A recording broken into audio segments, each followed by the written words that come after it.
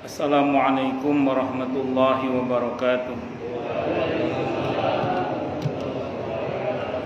Bismillahirrahmanirrahim. Alhamdulillahi rabbil alamin. Wa bihi nasta'inu ala umurid dunya waddin. Wassalatu wassalamu ala asyrafil anbiya'i wal mursalin. Sayyidina wa habibina wa syafi'ina wa qurrati a'yunina wa maulana Muhammadin wa ala alihi wa ashabihi wa dzurriyyatihi ajma'in, amma ba'du.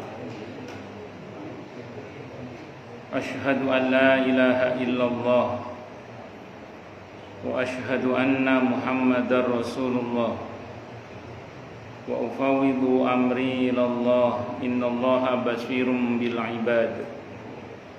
Hasbiyallahu la ilaha illa huwa alaihi tawakkaltu wa huwa rabbul arsyil azim. Qala Allah ta'ala fi kitabihil karim hikayatan an nabiyillahi Musa alaihi salam. Rabbi syrah li sadri wa yassir li amri wahlul 'uqdatam min lisani yafqahu qawli. Para alim, para asatid, para asatidah, para bapak dan ibu sekalian, hafizani wa hafizakumullah, bil khusus segenap pengurus Masjid Al-Jihad yang semoga pengurusnya dan jamaahnya selalu dalam naungan rahmat, barokah, berlindungan serta bimbingan Allah Subhanahu wa taala. Amin, Allahumma amin insyaallah.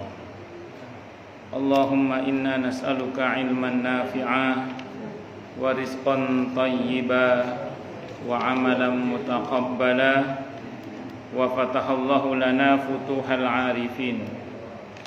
Allahumma inna na'udzubika min ilmin la yanfa' wa amalin la yurfa' wa qalbin la yakhsha' wa du'a la yusma'. Allahumma ati anfusana taqwaha wa zakkiha anta khairu man zakkaha anta waliyuha wa maulaha. Amin, Allahumma amin insyaallah. Masih melanjutkan kajian kita Tafsir Ibnu Katsir surah Al-Baqarah ayat 164. Berapa? 170, salah kan saya? Oh, ibu-ibu catatannya dalam karena tadi ini kan yang tulis satu ada 3, saya cari-cari nggak ada. Oh ngoten, nggih. Tapi ibu catatannya valid. Nggih Pak, nggih matur nuwun. 170 nggih. Nggih, alhamdulillah. Berapa?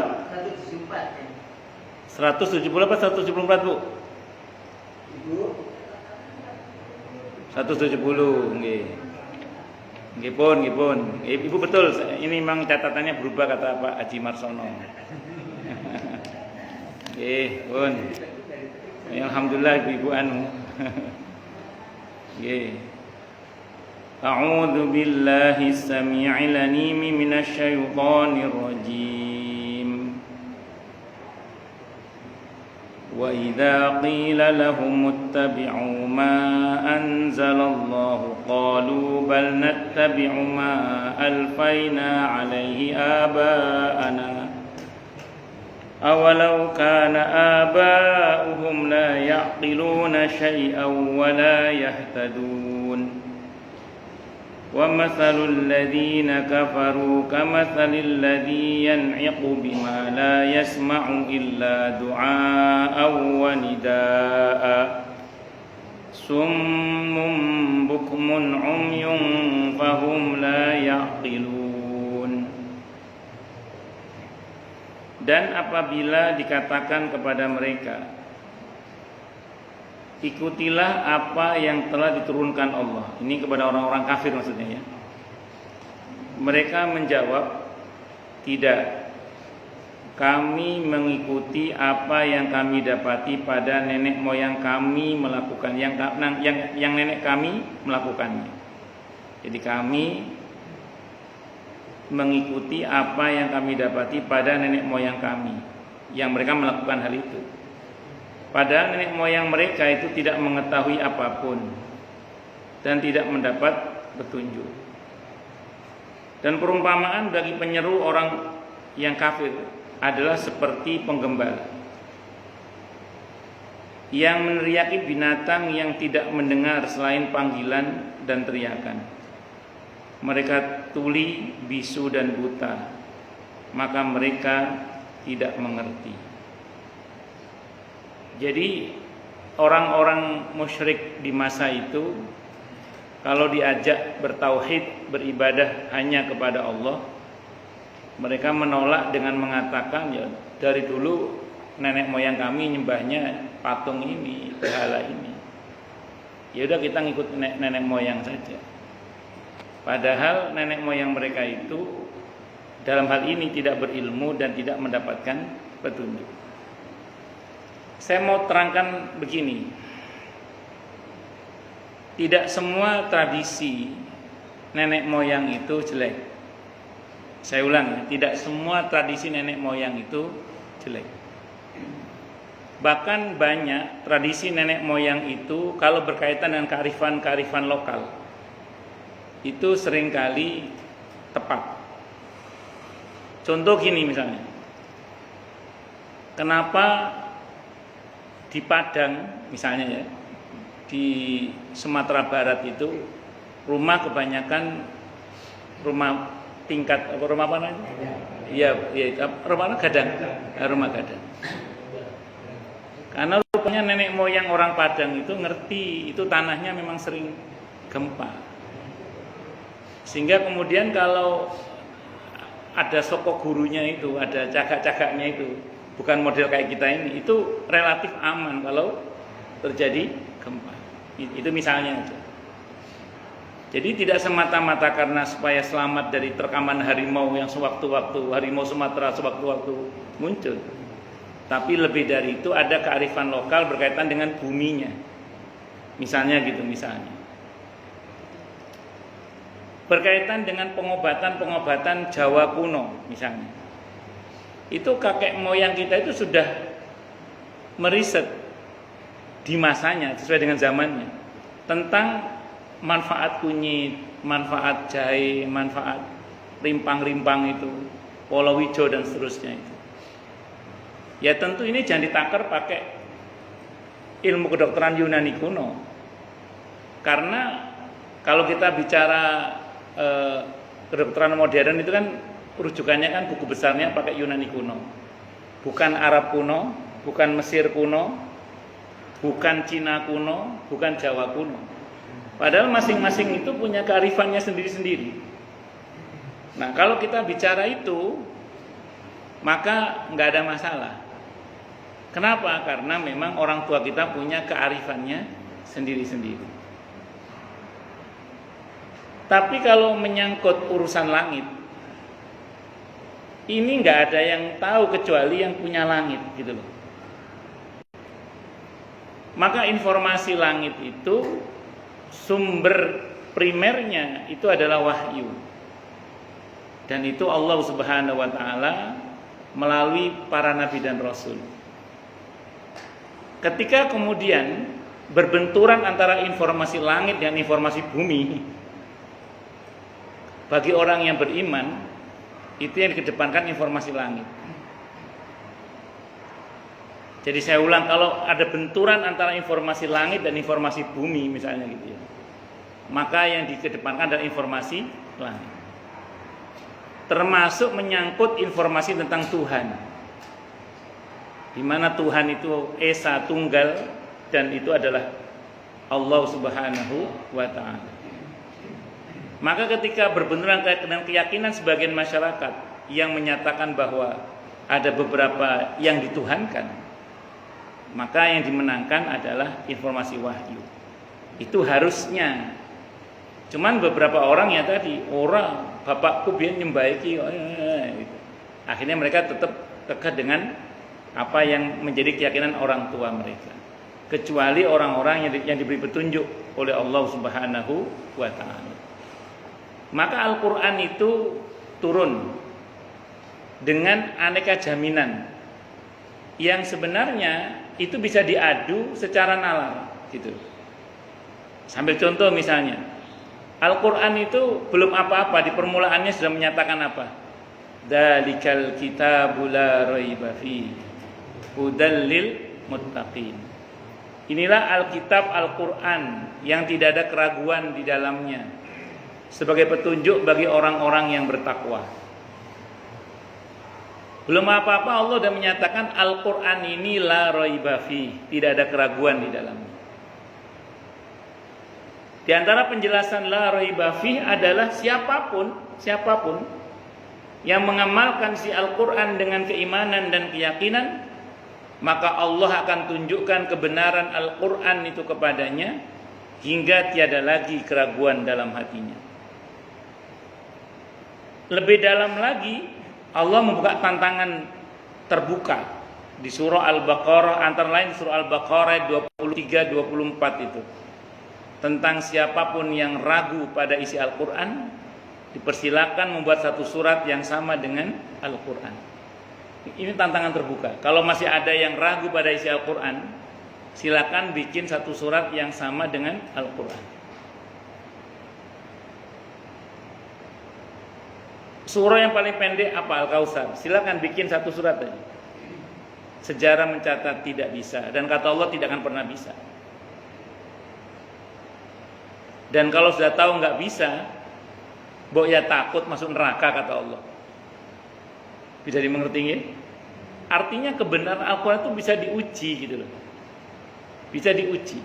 Apalagi belakangan informasi-informasi Al-Qur'an yang ratusan tahun yang lalu ditertawakan, sekarang terbukti.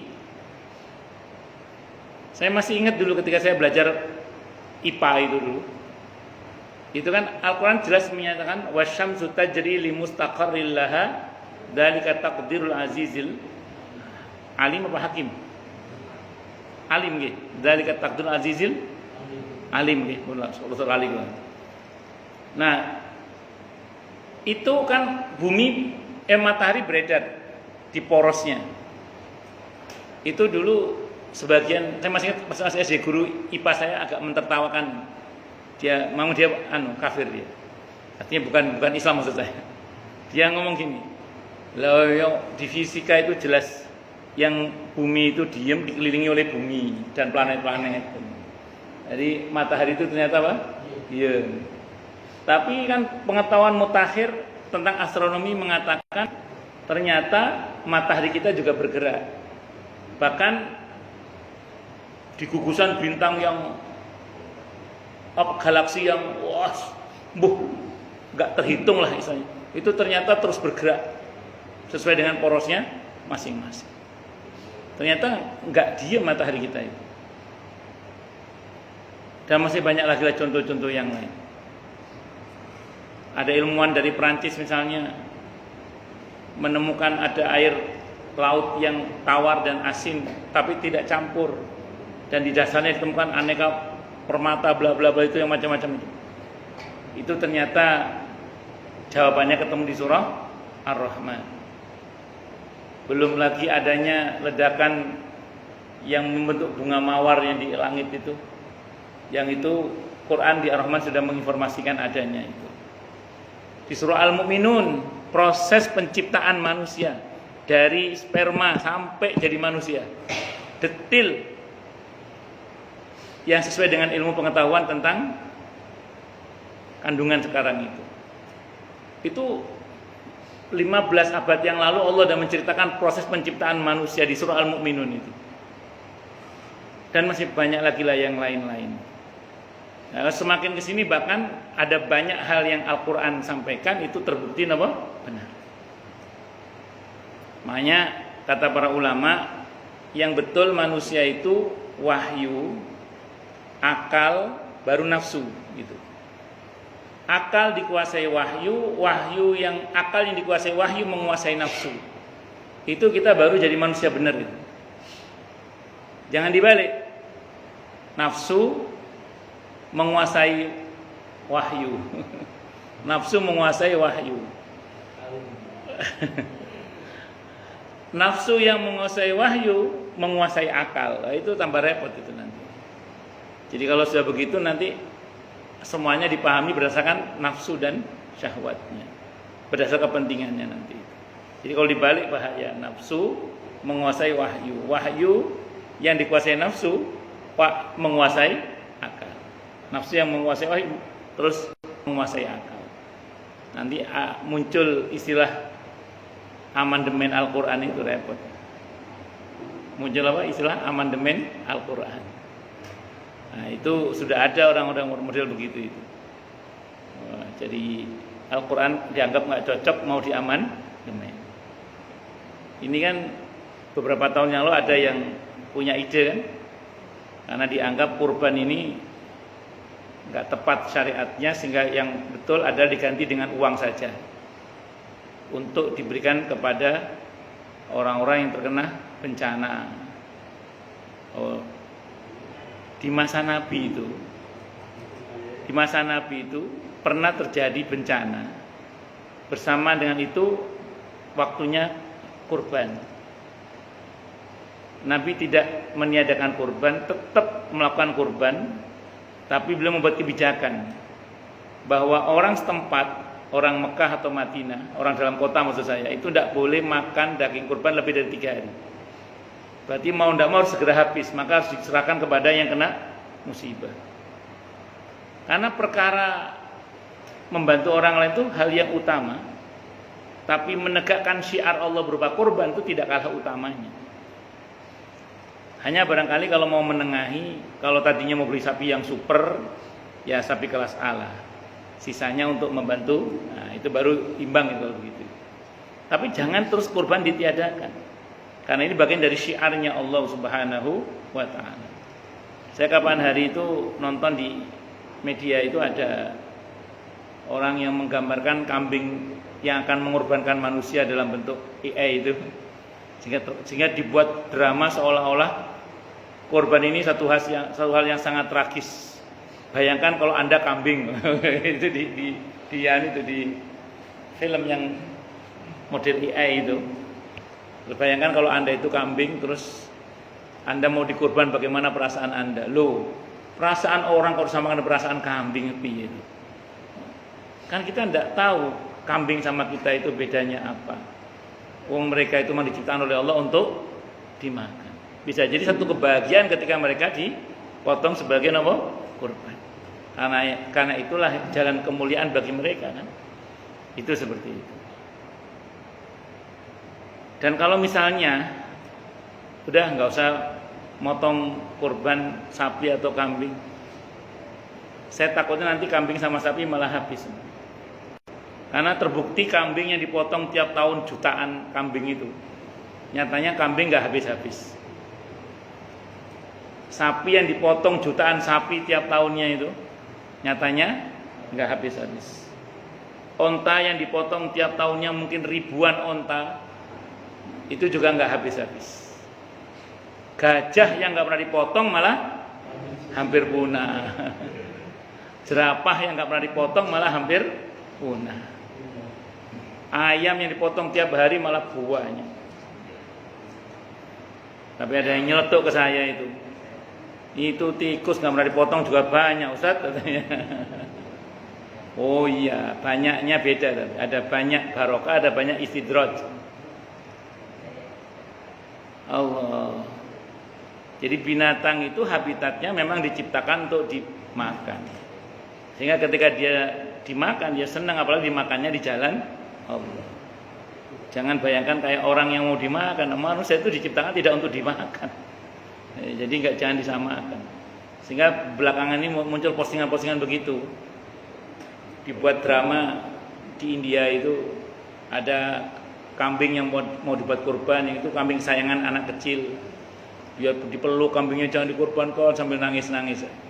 Kadang kita sini susah bedakan mana beneran mana konten itu, susah membedakan. Karena saya berkeyakinan kalau orang tuanya waras, apanya anaknya seneng tenanan yang wedhus ya tidak mungkin dikurbankan, mesti golek wedhus liyane lah. Ya mosok wedhus iku mesti golek wedhus kambing lainnya, masa kambing yang kesukaan anaknya, gak mungkin. Ngoten.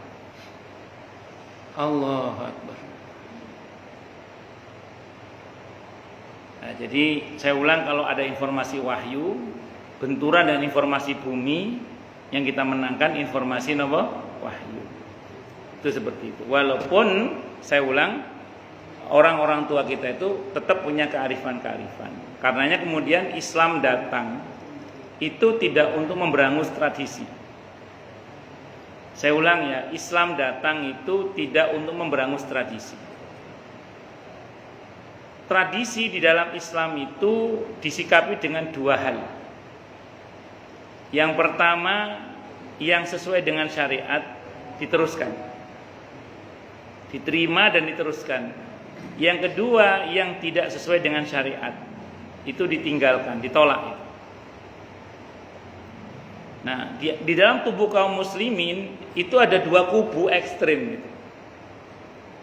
Yang satu kemaruk dengan tradisi, sehingga semua tradisi diterima tanpa ada sortir. Nah, ini nggak benar juga ini. Ada kelompok yang kedua ekstrim juga, semua tradisi ditolak. Padahal dalam Islam tradisi itu diterima asal sesuai dengan syariat, ditolak kalau bertentangan dengan syariat. Bapak Ibu kalau pernah belajar usul fikih, para ulama dalam pembahasan usul fikih itu ada kaidah besar yang berbunyi al-'adatul muhakkamah. Tradisi itu kadang bisa jadi landasan hukum. Para ulama berdalil dengan firman Allah dalam Al-Quran di surah Al-A'raf ayat 199. Khudil afwa wa'mur bil urfi wa'arid anil jahilin. Jadilah engkau pemaaf, perintahlah dengan urf, dan berpalinglah dari orang-orang yang jahil. Urf itu apa? Kata para ulama, kebaikan yang terkait dengan ruang dan waktu. Kalau istilah sederhananya ya tradisi itu. Di dalam usul fikih, tradisi itu dibagi dua. Ada al-'adah as-salihah, ada al-'adah al-fasidah. Ada tradisi yang sesuai dengan syariat, ada tradisi yang bertentangan dengan syariat. Yang sesuai diterima, yang bertentangan ditolak. Maka ketika ada tradisi nenek moyang menyembah selain Allah, jangan diteruskan, karena bertentangan dengan apa? Syariat. Tapi berkaitan dengan kearifan-kearifan lokal yang tidak bertentangan dengan syariat, monggo, tidak ada masalah, silakan saja. Maka kita nutup aurat ini kan berdasarkan tradisi. Perintah nutup auratnya itu ajaran agama. Tapi cara nutup aurat kita ini sudah tradisi. Ada yang pakai sarung, ada yang pakai celana kayak saya misalnya, ada yang pakai baju koko, ada yang pakai baju kayak saya ini bajunya Amitabh Bachchan. Macam-macam. Ada yang pakai hem misalnya ini, ada yang pakai kaos Bang Beni. Yang penting nutup aurat. Boleh, tidak ada masalah. Yang penting nutup aurat. Kriterianya dua, tidak transparan dan tidak ketat. Gitu aja, dua itu, tidak transparan dan tidak ketat. Maka kalau ada orang sholat, bagian auratnya kok kelihatan karena kainnya transparan. Ukuran transparan itu warna kulitnya terlihat. Ya itu bisa tidak sah. Nah, sementara kalau ketat, kalau bagi laki-laki makruh. Sholat pakai celana press body. Itu bisa makruh kalau untuk laki-laki. Kalau untuk perempuan bahkan bisa batal. Itu seperti itu. Oh, lanjut ya. Makanya kenapa beberapa orang itu tidak mencukupkan dengan celana tapi juga dengan sarung misalnya. Ada beberapa, mudah-mudahan nggak ada sini ya, ada bapak-bapak itu pakai baju kayak saya gini plus celananya biasanya. Biasanya warna putih itu rawan itu. Rawan putih. Apa celananya putih, baju atasnya kurta apa? Ini namanya kurta namanya apa ini? Oh ya, saya nyebutnya bajunya Amitabh Bachchan itu aja. Itu bawahnya kadang ada celana putih itu. Kalau warna putih biasanya, itu kadang warna kulitnya terlihat itu. Itu tidak sah itu. Karena warna kulitnya terlihat. Bahkan kadang ada yang warna celana dalamnya kelihatan tuh ada. Bapak-bapak itu sholat pakai celana putih itu, yang pasangannya kurta itu, warna celana dalamnya itu kelihatan. Ada yang begitu itu. Itu hati-hati, bisa nggak sah itu. Ya makanya model begitu mending pakai rangkepan sarung. Nah, kecuali yang tebel, ada beberapa yang tebel, biasanya bukan warna putih, biasanya yang tebel-tebel itu. Monggo, celana sirwal itu. Hati-hati. Nah, saya ulang ya, kalau sesuai dengan syariat diterima, tradisi itu, kalau bertentangan ditolak. Nah, ini penting saya sampaikan supaya kita ini tidak gegabah, lantas kemudian memusuhi kearifan-kearifan lokal. Tidak. Islam menerima selama sesuai dengan syariat. Kalau tidak sesuai baru ditolak. Dan beberapa ulama berusaha menaklukkan agar yang tidak sesuai itu sesuai dengan syariat. Sehingga ada istilah akulturasi budaya itu. Bagaimana memasukkan nilai-nilai keislaman di dalam tradisi masyarakat yang tidak sesuai menjadi sesuai kemudian. Nah, ini ijtihadi ya. Yes and no-nya pasti ada lah, biasa. Diskusinya panjang, butuh 5 SKS menjelaskannya.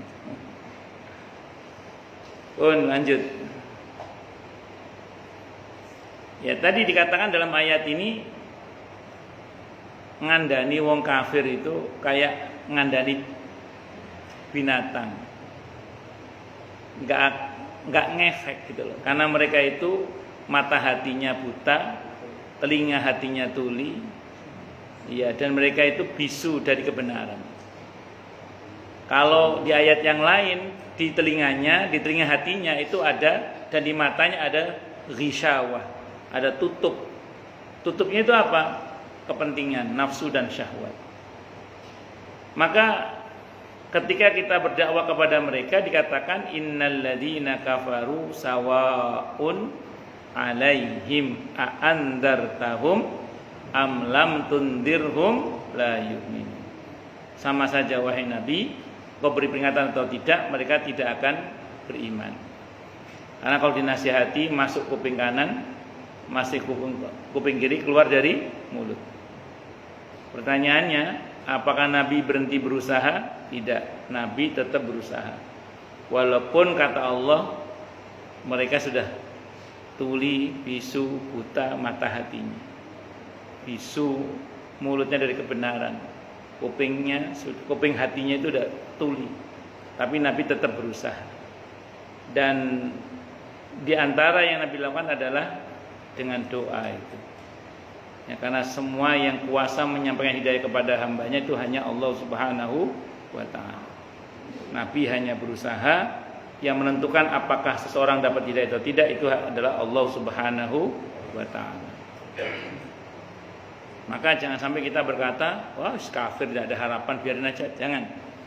Tetap kita punya harapan baik. Semoga yang bersangkutan diberi hidayah oleh Allah, taubat dan masuk Islam. Itu penting. Allah Subhanahu wa ta'ala berfirman yang artinya, dan apabila dikatakan kepada orang-orang kafir dari kalangan musyrikin itu, ikutilah apa yang telah diturunkan Allah kepada Rasulnya dan tinggalkanlah kesesatan dan kebodohan yang kalian sedang tempuh. Mereka berkata, jawabannya tidak. Tetapi kami hanya mengikuti apa yang telah kami dapati, yaitu kami temukan dari perbuatan nenek moyang kami, yaitu berupa peribadatan kepada berhala-berhala dan patung-patung. Allah Ta'ala berfirman mengingkari mereka, apakah mereka akan mengikuti juga walaupun nenek moyang mereka itu, yaitu orang-orang yang mereka teladani, dan mereka ikuti jejaknya, tidak mengetahui suatu apapun dan tidak mendapat petunjuk, yaitu mereka tidak memiliki pengetahuan dan petunjuk. Ibnu Ishaq rahimahullah meriwayatkan dari Ibnu Abbas radhiyallahu anhu bahwasanya ayat ini turun berkenaan tentang sekelompok orang dari kalangan orang-orang Yahudi. Rasulullah Muhammad sallallahu alaihi wasallam mengajak mereka untuk masuk agama Islam. Namun mereka berkata, tidak, kami hanya akan mengikuti apa yang telah kami dapatkan dari perbuatan nenek moyang kami. Maka Allah Subhanahu wa taala menurunkan ayat tersebut. Saya mau terangkan dulu gini. Jadi mengenai menyembah berhala, itu kalau kita telisik dari sejarah Nabi Ibrahim, itu kan sudah dimentahkan oleh Nabi Ibrahim alaihissalam ketika semua kepala berhala dipatahkan oleh Nabi Ibrahim, disisakan yang paling besar, terus kapak beliau diletakkan di yang paling besar itu. Juga ketika orang heboh, Tuhan kita ada yang memenggal kepalanya itu, ada yang mengatakan itu adalah Ibrahim, maka Nabi Ibrahim ditangkap dan ditanya, betul Ibrahim, kamu telah memenggal kepala berhala-berhala kami itu. Kata Nabi Ibrahim, lah itu kapaknya ada yang di paling besar. Coba tanya sama dia aja, siapa tahu dia yang melakukan. Kata orang-orang, kamu itu nggak mikir apa kalau bahasa kita ya. Bagaimana mungkin dia memenggal kepala teman-temannya? Wong dia bergerak aja nggak bisa. Kata Nabi Ibrahim, dah iya, sudah tahu bergerak aja nggak bisa, ngusir lalat aja nggak bisa. Kok kamu sembah itu piye to ceritanya? Di Al-Quran itu banyak. Bahkan dikatakan dalam Al-Quran itu, orang itu siapapun ya yang mengaku sebagai Tuhan, itu harus punya reputasi pernah menciptakan langit dan bumi. Ayo silakan, siapa yang mengaku sebagai Tuhan, dia harus punya reputasi pernah menciptakan langit dan bumi. Karena kalau dia tidak punya reputasi pernah menciptakan langit dan bumi, yang berarti dia baru ada setelah adanya bumi. Pertanyaannya, sebelum ada dia Tuhannya siapa? Kan itu yang Nabi Musa sampaikan kepada Fir'aun ketika Fir'aun mengaku sebagai Tuhan. Terus dia bertanya, Allah itu siapa tau Musa? Kata Nabi Musa, Rabbi wa rabbukum wa rabbu abaikumul awwalin. Nabi Musa itu menjawab, Allah itu ya Tuhanku, Tuhanmu dan Tuhan bapak-bapakmu, mbah-mbahmu dulu. Disitulah pengikutnya Fir'aun mulai mikir, lah iya, Fir'aun ini kan dituhankan. Sementara Tuhannya Musa ini Tuhan kita dan Tuhan bapak-bapak kita, termasuk bapaknya Fir'aun. Pertanyaannya, sebelum Fir'aun lahir Tuhannya siapa? Kan Fir'aun ngaku sebagai Tuhan kan? Pertanyaan yang paling mendasar adalah sebelum Fir'aun lahir itu loh, Tuhannya siapa? Makanya kalau memang ngaku sebagai Tuhan, harus punya reputasi pernah menciptakan langit dan bumi. Kalau tidak punya reputasi pernah menciptakan langit dan bumi, berarti bukan Tuhan, hamba. Makanya saya ulang sekali lagi, yaitu hanya Allah Subhanahu wa ta'ala. Allahu Akbar. Kok tahu Allah yang menciptakan? Allah yang menciptakan melalui Al-Quran. Tidak percaya silakan bikin satu surat yang sama dengan Al-Quran. Itu tantangan terbuka. Kalau ada yang nggak percaya pada isi Al-Quran, silakan bikin satu surat yang sama dengan Al-Quran. Allahu Akbar. Kalau orang-orang sains menyebut alam semesta ini ada dari ketiadaan, itu lebih nggak masuk akal lagi. Bagaimana mungkin sesuatu yang tiada menciptakan sesuatu yang ada? Tidak mungkin. Itu lebih mustahil lagi. Secara nalar nggak mungkin. Bagaimana mungkin sesuatu yang tidak ada menciptakan sesuatu yang ada?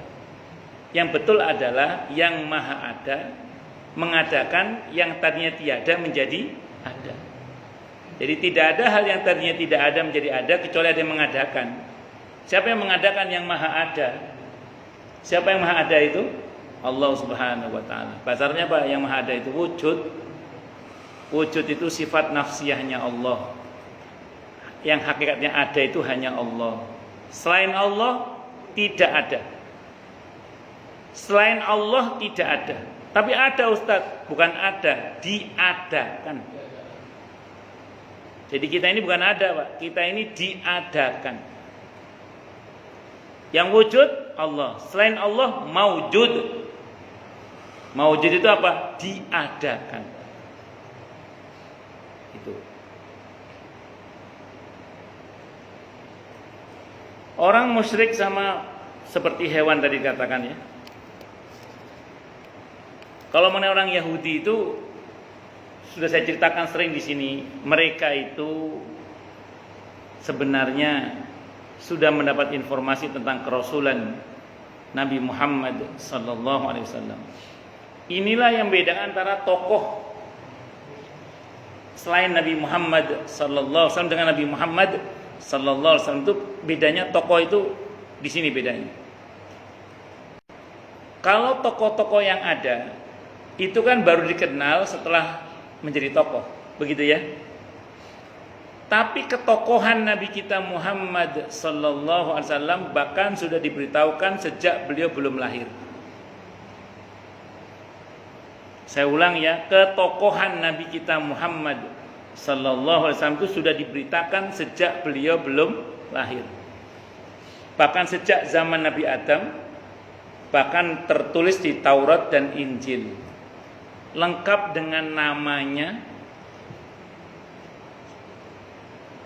ciri-ciri fisiknya, yatim tidaknya itu detail, sampai bentuk fisiknya itu detail sekali.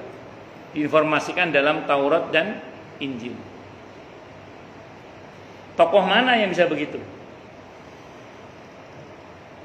Karena ada orang yang berkata begini, Anda itu mengagumi tokoh yang tidak pernah Anda kenal, yaitu Nabi Muhammad SAW, maksud dia itu gitu. Itu seperti saya dulu mengagumi Mick Jagger, kata dia. Lu Mick Jagger kok samakan dengan Nabi Muhammad SAW? Mick Jagger itu kan dikenal setelah dia jadi musisi terkenal. Lah, kalau Nabi kita Muhammad SAW bahkan sebelum beliau lahir sudah dikenal ketokohannya, dan itu tertulis dengan rinci, detail dan terbukti benar. Ada di Taurat dan ada di Injil, bahkan di Zabur juga. Taurat, Injil dan Zabur. Bahkan sejak zaman Nabi Adam sudah diberitahukan tentang Nabi Muhammad sallallahu alaihi wasallam. Bisa dimengerti nggih? Nah, makanya tetap inilah bedakan antara tokoh selain Nabi Muhammad sallallahu alaihi wasallam dengan Nabi Muhammad sallallahu alaihi wasallam. Itu beda. Allahu Akbar. Jadi orang Yahudi ini memang sentimen pribadi. Mereka pengennya Nabi akhir zaman itu dari Bani Israel. Tapi ternyata yang Allah pilih dari Bani Ismail. Mereka kecewa, akhirnya mengingkari kerasulan Nabi kita Muhammad sallallahu alaihi wasallam. Satu, yang kedua, orang Bani Israel, orang Yahudi ini sentimen sama malaikat Jibril. Nah, sementara yang menyampaikan wahyu kepada Nabi Muhammad sallallahu alaihi wasallam itu malaikat Jibril. Orang Yahudi itu senangnya sama Michael. Kalau sama Jibril mereka nggak suka. Makanya kan tokohnya mengatakan, Muhammad, sahabatmu itu siapa namanya? Jibril. Andaikan bukan Jibril, saya mau beriman sama kamu. Saking sentimennya kepada malaikat Jibril. Allah. Tapi yang siapa itu Warokoh, pendeta Nasrani, saudaranya Siti Khadijah radhiyallahu anha itu, ketika Nabi pertama dapat wahyu menyatakan apa? Itu namus. Namus itu adalah malaikat Jibril yang datang kepada Nabi Musa alaihissalam. Ya memang dasar mereka mau ingkar aja sebenarnya. Nyari alasan untuk mengingkari kerasulan Nabi kita Muhammad sallallahu alaihi wasallam. Orang musyrik seperti hewan. Selanjutnya Allah Subhanahu wa taala membuat perumpamaan untuk mereka sebagaimana Allah taala berfirman, lilladzina la yu'minuna bil akhirati masalus sawu.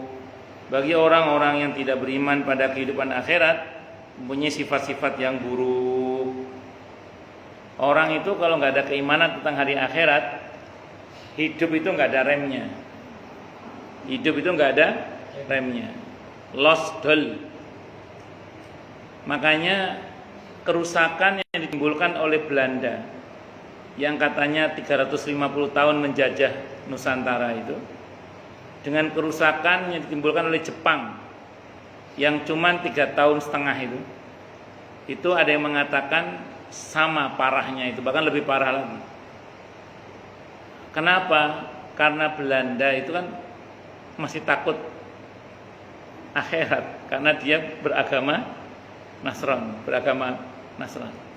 Sementara Jepang itu kan agama lokal nih, berbasis bumi bukan berbasis langit. Bahkan bisa jadi mereka tidak mempercayai adanya balasan nanti di akhirat. Maka kerusakannya lebih parah daripada yang ditimbulkan oleh Belanda. Maka orang-orang yang tidak takut akan kehidupan akhirat itu, kekejamannya bisa melebihi orang-orang yang masih takut akan hari akhirat. Kalau yang takut itu masih ada rasa bersalahnya. Maka dalam catatan sejarah bagaimana jenderal gubernur yang nipu Pangeran Diponegoro itu yang merasa bersalah, dan dia nulis dalam sebuah tulisannya itu ada perasaan bersalah juga, nipu Pangeran Diponegoro misalnya. Ada perasaan, dan begitulah. Makanya orang kalau masih ada keimanan tentang konsekuensi ukhrawi, insya Allah masih lebih terkendali. Itu seperti itu. Nah, kalau sudah nggak punya keimanan tentang hari akhirat, itu bisa lost doll. Kalau panjenengan mengatakan di beberapa negeri yang katanya ateis itu maju, nanti dicek kembali. Kalau menurut Anda aman, nanti dicek kembali. Karena apa yang di permukaan nampaknya yang di dalam tidak seindah yang di permukaannya itu. Nanti silakan dicek kembali lah.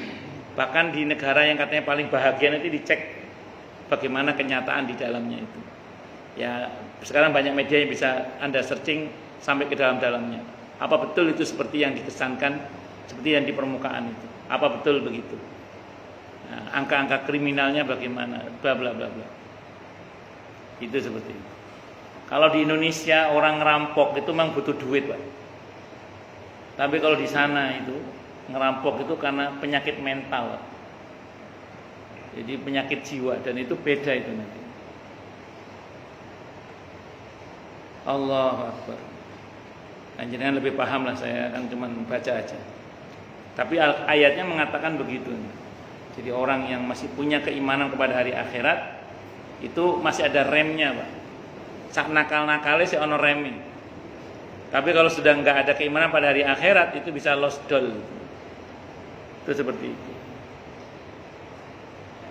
Allah Ta'ala berfirman dan perumpamaan yang artinya perumpamaan orang-orang yang menyeru orang-orang kafir, yaitu pada hal kesesatan dan kebodohan yang ada pada mereka, sama seperti hewan-hewan yang digembalakan yang tidak mengerti apa yang dikatakan kepada mereka. Bahkan apabila penggembalanya memanggil kepada sesuatu yang bermanfaat, mereka tidak mengerti dan memahami apa yang dia katakan, melainkan mereka hanya mendengar suaranya saja. Demikianlah yang diriwayatkan dari Ibnu Abbas radhiyallahu anhuma, Abul Aliyah, Mujahid, Qatadah rahimahumullah, dan selain mereka ada yang mengatakan sungguhnya itu adalah perumpamaan yang dibuat untuk mereka lantaran mereka berdoa kepada berhala-berhala yang tidak dapat mendengar, melihat dan mengerti apapun. Pendapat itu dipilih oleh Ibnu Jarir rahimahullah. Namun yang pertama lebih tepat, karena berhala-berhala itu tidak dapat mendengar sesuatu apapun dan tidak dapat memahaminya dan tidak dapat melihatnya. Dia juga tidak memiliki kekuatan dan kehidupan. Jadi ada yang mengatakan, ya memang orang-orang kafir itu kalau kita jelaskan tentang kebenaran agama ini, mereka susah mengerti. Karena memang orientasinya beda, Pak. Jadi contoh gini misalnya. Untuk orang yang orientasi hidupnya duniawi, kita terangkan keuntungan ukhrawi itu nggak masuk, Pak. Gak nyocok. Jenengan pernah nggak ketemu dengan orang yang orientasi hidupnya itu matematika duniawi, sementara jenengan sudah matematikanya ukhrawi? Ketika kita mulai menyatakan berkaitan dengan keuntungan ukhrawi, mereka nggak masuk, nggak masuk. Bagaimana begini? Nggak cocok. Matematikanya beda soalnya. Yang satu matematika duniawi, yang satu matematika apa? Ukhrawi. Sambil contoh gini misalnya, ada orang dagang. Kalau pakai matematika duniawi kan, kalau kita berlaku curang kan untungnya gede, Pak. Literan dibuat curang gitu, sehingga yang harusnya seliter nggak seliter, bisa. Timbangan, takaran, macam-macam lah. Itu kalau pakai matematika duniawi kan lebih untung. Dan banyak orang itu yang untungnya nggak seberapa, nggak berkah pula gara-gara curang itu. Kalau yang korupsi triliunan sekaruan, korupsi yang triliunan sekaruan, tapi ya tetap nggak benar juga. Tapi sudah untungnya nggak banyak, curang pula, nggak berkah pula. Naudzubillah min syarri dzalik. Ada di beberapa tempat itu jual salak misalnya. Yang pilih salak yang bagus, sama orang yang diikat di bawah, nanti dibawa pulang, tahu-tahu busuk semua salaknya, ditukar di bawah meja, Pak. Jadi di bawah meja itu banyak salak yang bosok. Yang Anda pilih tadi diikat di bawah, ditukar sama yang bosok yang kasih penjenengan itu. Istri saya itu beli kelapa yang bagus di permukaan, sapi bagus, dipilih, diikat di bawah, sampai rumah kelapanya jelek loh. Paham maksudnya? Diikat di bawah itu ditukar, Pak. Padahal untung cuman berapa sih? Tapi nggak berkah. Itu kalau kita jelaskan, gak ngene kok, untung aku. Loh, tapi kan nggak berkah. Orang kalau orientasi akhirat nggak berani begitu, Pak. Kenapa? Karena risikonya hilangnya berkah. Sudah nggak halal bisa nggak berkah pula. Bisa dipahami ya? Itu seperti itu. Nah ini kepada orang-orang yang orientasi duniawi kita jelaskan keuntungan ukhrawi, resiko ukhrawi. Itu nggak masuk, Pak. Bagi sebagian orang yang orientasinya duniawi. Sulit kita menjelaskan hal itu. Saya pernah diundang di sebuah perusahaan. Marketingnya itu undang saya. Saya suruh bicara di sisi agama karena lagi lesu penjualan, Pak. Saya sampaikan pendekatan masyiatullah yang mengundang pertolongan Allah. Apa sebagian marketingnya ngomong apa? Nggak mungkin itu. Dia bilang gitu. Saya jawab, ya kalau Anda hanya mau melakukan apa yang masuk akal Anda saja, maka yang Allah berikan kepada Anda cuma yang masuk akal saja. Padahal ada banyak hal yang di luar jangkauan akal kita. Itu yang menjadi bagian dari pertolongan Allah Subhanahu wa taala. Kalau kita cermati, Pak, lautan dipukul pakai tongkat terbelah jadi dua itu kan enggak masuk, Pak, itu. Nalar kita enggak nyampe itu. Tapi kalau Allah berkehendak mau apa coba? Siti Saroh itu hamil Nabi Ishak alaihissalam itu di saat sudah menopause. Kan sudah usia yang enggak mungkin punya anak. Kalau Allah berkehendak mau apa coba? Istri Nabi Zakaria itu hamil Nabi Yahya alaihissalam di saat sudah menopause. Allahu Akbar. Dan masih banyak lagi lah yang lain-lain itu. Banyak pertolongan Allah yang di luar nalar kita itu jauh lebih banyak daripada yang sekedar yang masuk akal tadi. Nah, kalau kita cuma percaya masuk akal doa, maka untuk kita cuma yang masuk akal itu aja. Padahal yang tidak, yang di luar nalar kita itu banyak sekali. Firman Allah Ta'ala, mereka tuli, bisu dan buta, yaitu tuli untuk mendengarkan kebenaran, bisu untuk mengucapkannya, buta untuk melihat jalannya. Maka oleh sebab itu mereka tidak mengerti, yaitu mereka tidak mengerti dan memahami suatu apapun. Sebagaimana firman Allah, walladzina kadzabu bi ayatina summu wa bukmun fil dzulumat may yasha'illahu yudlilhu wa may yasha' yaj'alhu ala siratim mustaqim. Dan orang-orang yang mendustakan ayat-ayat kami adalah tuli, bisu dan berada dalam gelap gulita. Barang siapa yang dikehendaki Allah dalam kesesatan, niscaya disesatkannya, dan barang siapa dikehendaki Allah untuk diberi petunjuk, niscaya dia menjadikannya berada di atas jalan yang lurus. Al-An'am ayat 38. Jadi memang dasar memang orangnya itu gelap hatinya, maka sulit dia untuk menerima kebenaran itu. Bagi sebagian orang yang senang dengan gelap, cahaya itu memang menyakitkan, Pak. Saya ulang, bagi sebagian orang yang senang dengan gelap, cahaya itu memang menyakitkan. Nah, tapi bagi orang yang ngerti manfaat cahaya, justru dengan cahaya itulah dia akan mendapatkan terangnya jalan kebenaran. Saya kira itu. Wallahu a'lam bishawab. Oke, monggo silakan yang mau tanya dulu. Hanya protes marah boleh, silakan. Saya dipedeh takutnya tadi Pak Marsono bingung. Waalaikumsalam warahmatullahi wabarakatuh, Bang Ben. Silakan.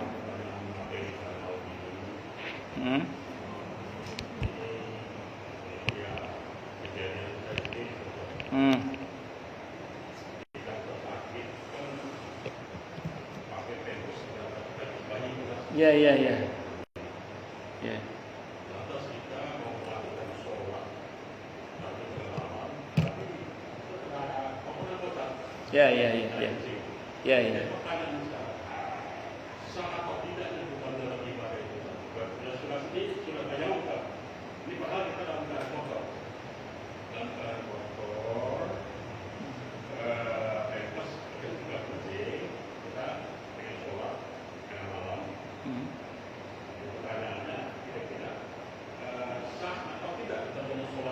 Bagus.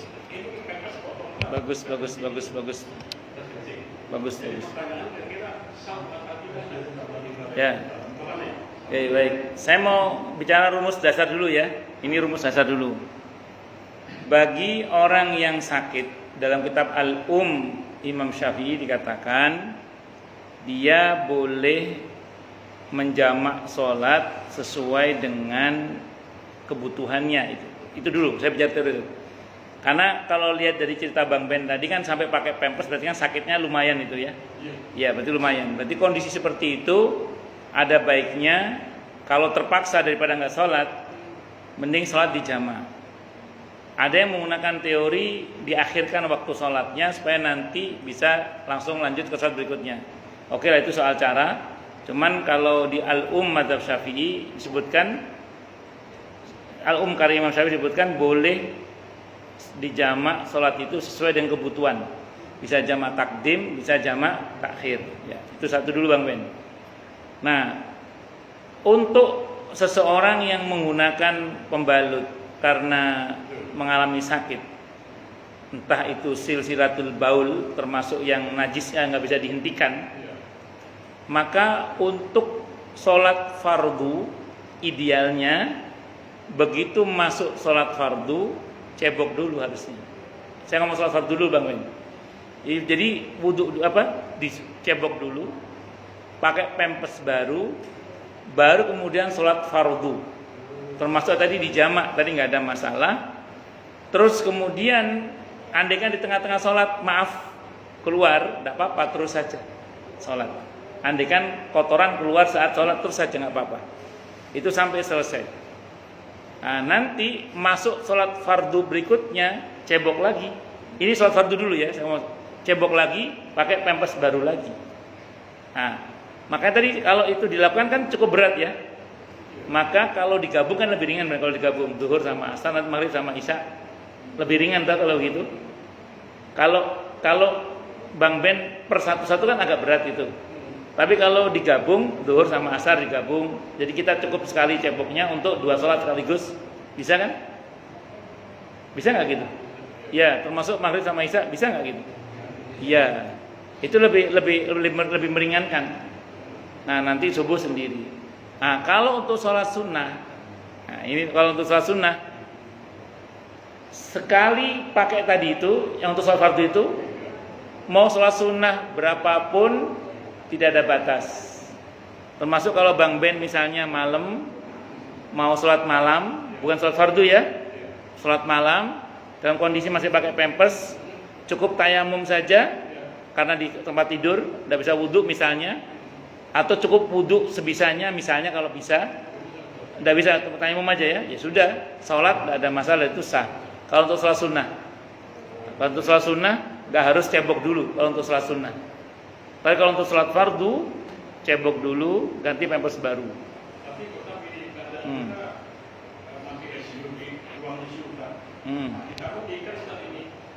Gerakan yang tadi itu kita mau teriak sama perawat pada tidur semua kan. Karena tidur perawat ini. Jadi kita kalau kita antar ke perawat, mereka pada tidur. Gak bisa juga ya? Ya sudah, sebisanya itu. Sebisanya. Kalau memang gak ada yang bisa, ya sudah sebisanya. Agama itu sederhana kok.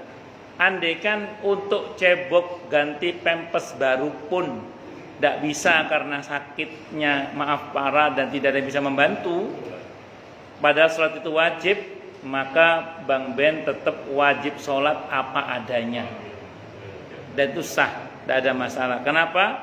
Karena la yukallifullahu nafsan illa usaha. Dan ada kaidah terkait dengan sholat itu, idza daqat ittasa'at wa idza tasa'at daqat. Kondisi sempit aturan sholat longgar, kondisi longgar aturan sholat ketat. Jadi kalau orang yang sakit berarti sempit kondisinya, aturan sholat jadi mudah, longgar aturan sholat. Ya. Maksudnya mengada-ada? Ya, padahal masih bisa. Iya. Ya, itu kembali harus jujur pada diri sendiri. Betul. Ya, betul. Ya, pokoknya harus jujur pada diri sendiri. Oke, monggo yang lain silakan, monggo Pak.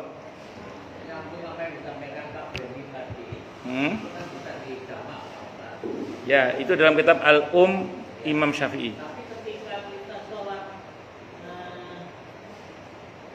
Isya dengan subuh bisa. Ustaz, tadi kan jamak boleh. Kenapa? Bagus. Saya jawab dulu ya. Jamak itu ada pasangannya, Pak. Duhur dan asar, maghrib dan isya. Subuh nggak punya pasangan, Pak. Ya berarti nggak bisa, Pak, dijamak antara isya dan subuh. Nanti subuh sholat sendiri, duhur sholat sendiri sama asar nanti. Jadi ketika sholat maghrib sudah selesai dilaksanakan, digabung sama isya. Isya itu nggak bisa, tapi bangunnya mau subuh, pokoknya tiduran. Loh kenapa nggak tarik ke maghrib aja tadi, Pak? Kenapa nggak tarik ke maghrib aja isyanya tadi? Oh iya, Iya bisa, tarik ke maghrib aja tadi isyanya, sesuai kebutuhan aja. Nah pertanyaan menarik, boleh nggak dikosor? Boleh asal sakitnya di luar kota. Kayak Bapak kan sempat sakit di luar kota itu ya? Iya, boleh itu kalau di luar kota. Dijamak kosor boleh. Karena Bapak saat sakit di luar kota, di Sulawesi itu Pak ya? Iya, boleh, tidak apa-apa. Tapi kalau di dalam kota, sudah sampai rumah tidak boleh. Jamak saja. Kalau sudah bermukim di luar kota sampai seminggu. Oh, beda bab itu. Nah, gini cek, bagus. Saya mau oke, saya akan jawab. Kalau nggak kemana-mana, saat tugas keluar kota nggak kemana-mana, menclok satu tempat, itu boleh menjamak kosor 4 hari, 3 atau 4 hari. 3 atau 4 hari. Tapi selebihnya sholat biasa sudah. Atau mentok jamak tadi kalau memang sakit tadi ya. Tapi kalau wirawiri kesana kemari, maka selama masih kesana kemari sebagai musafir itu boleh menjamak kosor karena statusnya masih musafir. Nah, pernah Abdullah bin Umar itu